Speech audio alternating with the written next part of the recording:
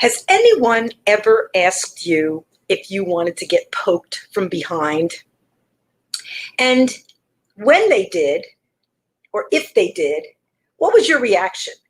Was it fear, disgust, loathing, or was it curiosity? Well, if you've never had anal penetration, where do you think your reaction came from?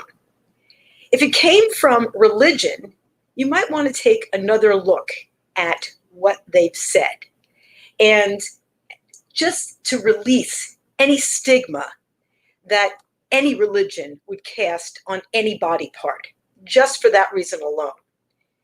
And if it came from porn, your reaction, then you've got it all wrong, because porn is not educational and it doesn't show all the good stuff, all the fluffing, which is the relaxation and the opening that takes place before that actual thrusting happens. So now, today's topic is love from behind. It is an understanding of really what makes anal sex very, very different than vaginal sex.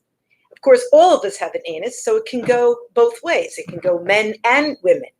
But the bottom line is the anus is an organ that does not lubricate very much. And it certainly does not lubricate all the more when a person is excited. Unlike the vagina, which when the vagina gets excited, it relaxes, it opens up, and it self-lubricates. But the anus doesn't do that. So when a person is going to involve themselves or want to have any kind of an anal penetration with another, there are certain things that absolutely have to take place. Preparation is key, and time is very, very important. In other words, the time that you're going to put into making this an enjoyable, intense, and memorable experience as opposed to a painful, scary one. So the first thing to remember between neither the anus cannot be stimulated the same way that the vagina is. They're just not the same, and they just don't open up the same. So there's a couple of points here that I would like to make about anal penetration, so that if you're ever going to attempt this with someone that you care about, and of course that would be the only person that would let you do it, because this is a matter of trust. If someone is going to open themselves up to let you have access to an area of their body that is potentially very painful if you do it wrong, that shows that they're giving you a lot of trust. And you do not want to betray their trust, because that'll be the first and the last time that happens. And also the memory of that, if you are careless or sloppy or rushing or rough, will stay with that person's subconscious. So if you're going to do this, you got to do it right. So the first thing is to make sure, if the person is going to has agreed that they would like to try this, that their colon is completely evacuated. You do not want any kind of surprises coming out, and you do not want any kind of inhibition about what might be there. So it's really important to have a really good high fiber diet the day before and clean yourself out so that there's no surprises. And I'm not recommending anything extreme like a colonic or any kind of craziness like that. I'm just saying make sure you go, and make sure you go well. That's all. And then, of course, after you've done that, make sure you take a shower. It's so important. The second thing I would recommend is that you have latex gloves or non-latex gloves. They're very thin, handy, so that you can use one on your right or left hand, whichever hand you're going to use to do the 5-finger technique, so that you are going to do it with confidence that there's nothing that's going to get on you that will cause you any kind of discomfort. You're not worried about it, because you can just pull the gloves off and then your hands are going to be completely clean. So it's a really, really Thank you for that compliment. My husband made it. A really important thing to be able to take those gloves off and then have your hands free for other activities. So that's the second thing. Make sure you have some latex gloves or non-latex gloves that you can use. Now, since this is an area that causes a lot of fear and people are afraid that it's going to hurt, etc., I would always think that it's a good idea to give a person a nice massage before this kind of sexual play. A nice massage from shoulders, maybe down to the end of the butt or down to the knees, will help the person to relax.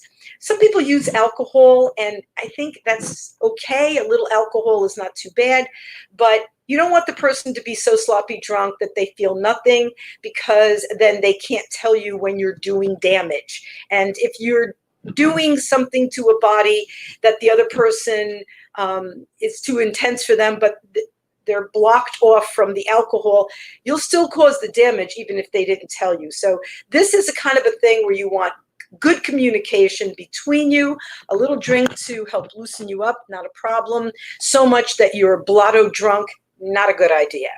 But a massage is always a good idea.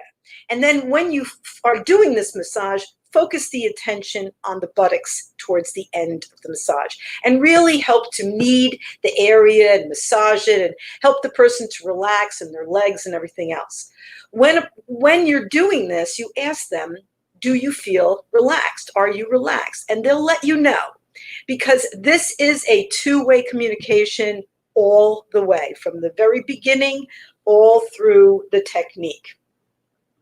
Now, one other thing that I think is a good idea, so that the person who is receiving the anal play doesn't have to stress their muscles or use their muscles too much to hold themselves up, is to use a couple of pillows under the hips.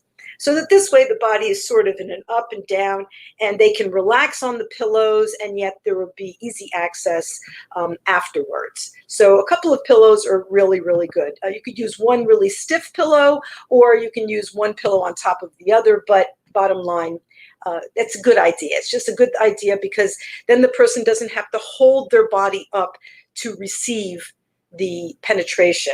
And you don't want to have to hold yourself up to receive the penetration, because then you're using muscles, and if you're tightening your muscles to use them, then you might cause excess tension in an area that you're trying to relax. So if that makes any sense, remember the pillows are very helpful so that that doesn't happen. Because the anus is not an area that lubricates easily on its own, it is a really good idea to have a good quality anal lubricant handy. You cannot do this without discomfort and pain without an anal lubricant. So I cannot emphasize. Now, the one that I've been featuring for years is Anal Ease. You can, of course, find this at my website, but there are many other anal lubricants out there. I like this one because it's thick. It's got a little cherry flavor to it. If there's any rimming afterwards, it's not just straight up lubricant. But this is an excellent quality. Remember, the difference between anal lubricant and water-based lubricant is water-based lubricant is much thinner, and anal lubricant is considerably thicker to withstand the friction that it's going to be undergoing when eventually a penis is stretching the anus out, okay?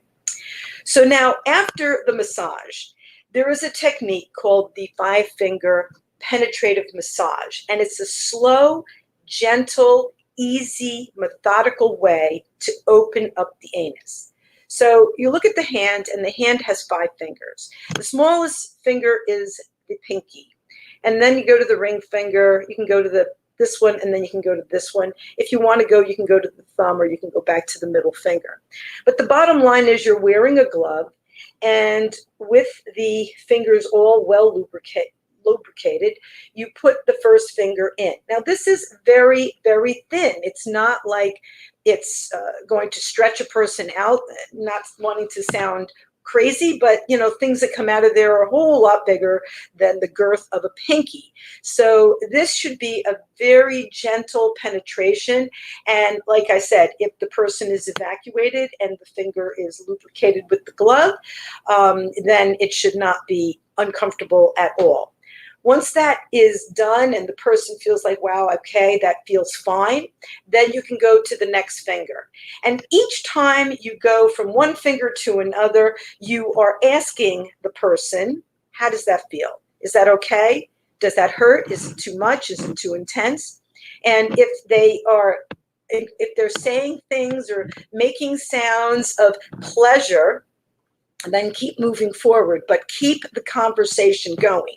Keep asking the question, because a person needs to know that you're paying attention and that their sensations are important to you. So you're asking the question because this is a very sensitive area and needs particular kind of attention. So now, after all 5 fingers have been introduced, now's the time to introduce the penis head, okay? Or if you're using a toy, the head of a toy. But just the head, not the whole thing, because again, it has to be lubricated. It's actually the smallest part of the penis, and just to put it in after the anus opening has been relaxed open is easy, because the area has been stretched and relaxed open. So the penis is very, very soft head, even if it's hard. And if it's lubricated well enough, it can just slide in. So this is really, really important that you make sure there's lots of lubricant and that the penis goes in very, very slowly. Believe it or not, this is not the kind of sexual play where you want to do any thrusting. And this is where the pornography industry has really done a disservice to anal play. They don't show you all the fluffing that goes on before. They don't let, this woman is not, who has done this for many, many times. She's very, very stretched out in those porn movies. Most people do not have that kind of ability to receive a thrusting penis. So it's really important to just take it by increments, slowly moving in. And while you're slowly moving in, you're also asking, is that all right? How does that feel? Does that feel good? Until you get to where you need to be. Now, if a person is saying that's enough, then that's enough, because you don't want to rip somebody. You don't want to hurt somebody. You just want to be able to be close to them from behind. And it really is a very different sensation. Now, for men, there is the prostate, which is on the inner wall of the anus. So if you are going in with a toy or with a penis, you really need to only go about 2 inches up. And the head of the penis could be rubbing the prostate, which will help the recipient to have a double header orgasm through the penis and through the prostate. But if it's a woman, then she doesn't have a prostate. Her G-spot is along the vaginal wall. So it's just the intense sensation, the filled up feeling. And if she has been relaxed and stimulated enough so that she's actually panting when the mouth is open and panting, that means all the orifices are open. So there's lots of other kinds of stimulation that can and should take place before the anal play. But the indicator that things are open and ready to receive is when the mouth is panting. When that mouth is open, all orifices are much more relaxed. So it's a good indicator of what's going on. And remember, any movements in and out from here should follow the expressed desire of the recipient. So if the recipient says, I love it deeper, then go deeper. And if the recipient says, can't handle it, then get out. Because it has to be something where a person is extremely relaxed. And if they're very afraid or they haven't let go and they cannot surrender that part of their body to you, then it can be dangerous for the recipient. So remember, the movement, if you're going to do any back and forth movement, once you're in, is a very imperceptible back and forth. It is not the thrusting that one would do with the vaginal penetration. It's maybe like a half an inch back and forth or an inch back and forth. And it's, it's all depending on what the person who's receiving can handle. Now, anal play, it can be very, very exciting.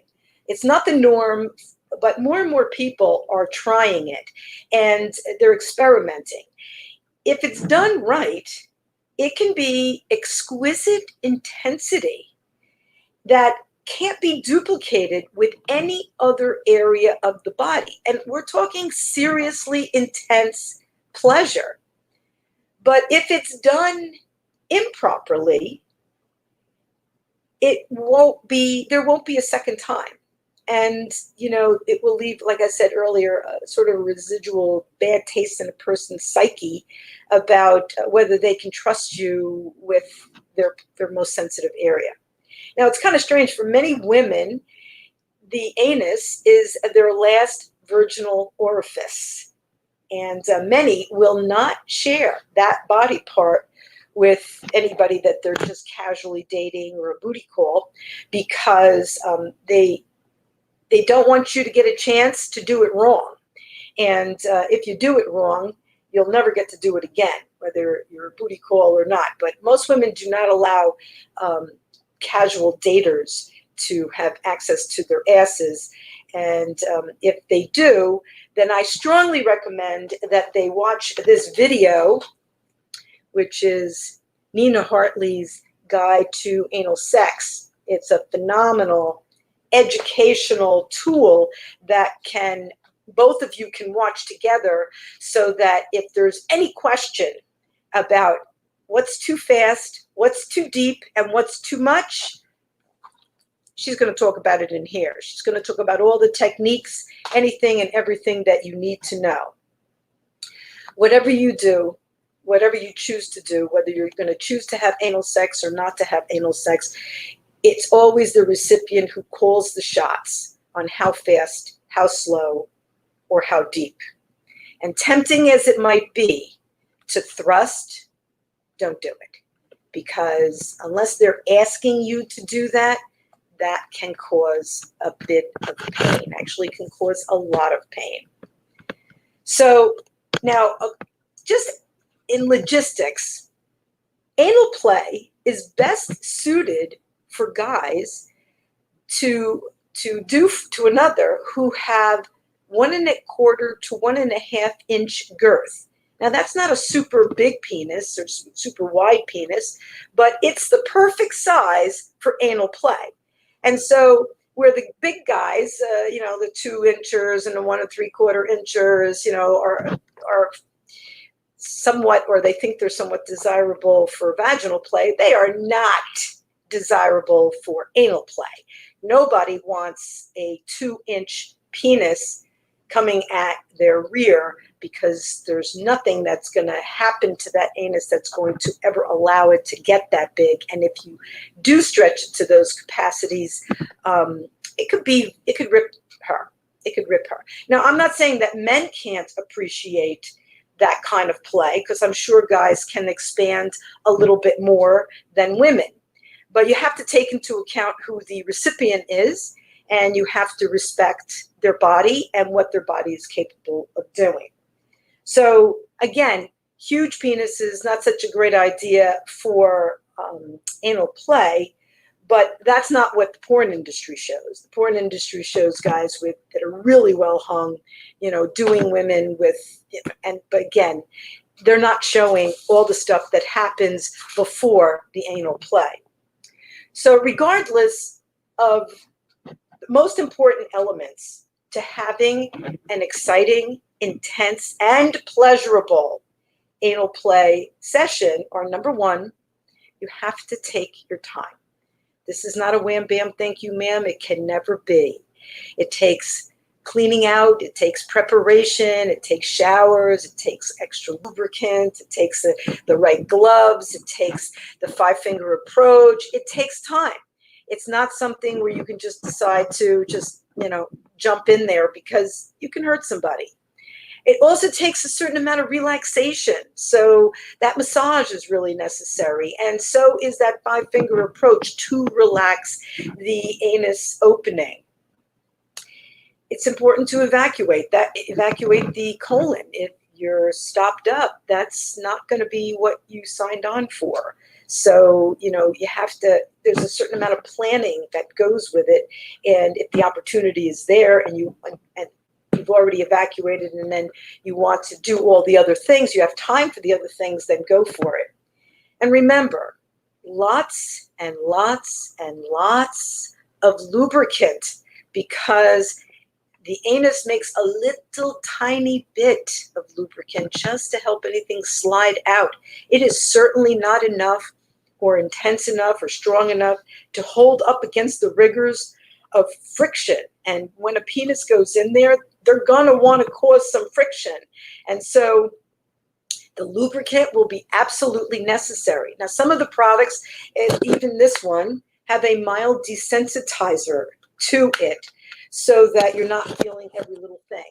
I think that kind of is a good idea in the beginning, but once you appreciate and have gained the trust in each other, that you're going to take the time, because he could do it to you, and then if you ever wanted to put on a strap on and do it to him, you could, because the man has a prostate, and the prostate is where his multiple orgasms come from. And if you're willing to rub him the right way, that is an orgasm unlike anything his penis could ever do. His penis is going to do a singular orgasm, just like the woman's clitoris is going to do a singular orgasm. But you rub the prostate the right way, and he can have one orgasm after another. Remember, do not confuse ejaculation with orgasm. Orgasm happens a nanosecond before ejaculation. It's a response. The ejaculate is a response to the orgasm. It is not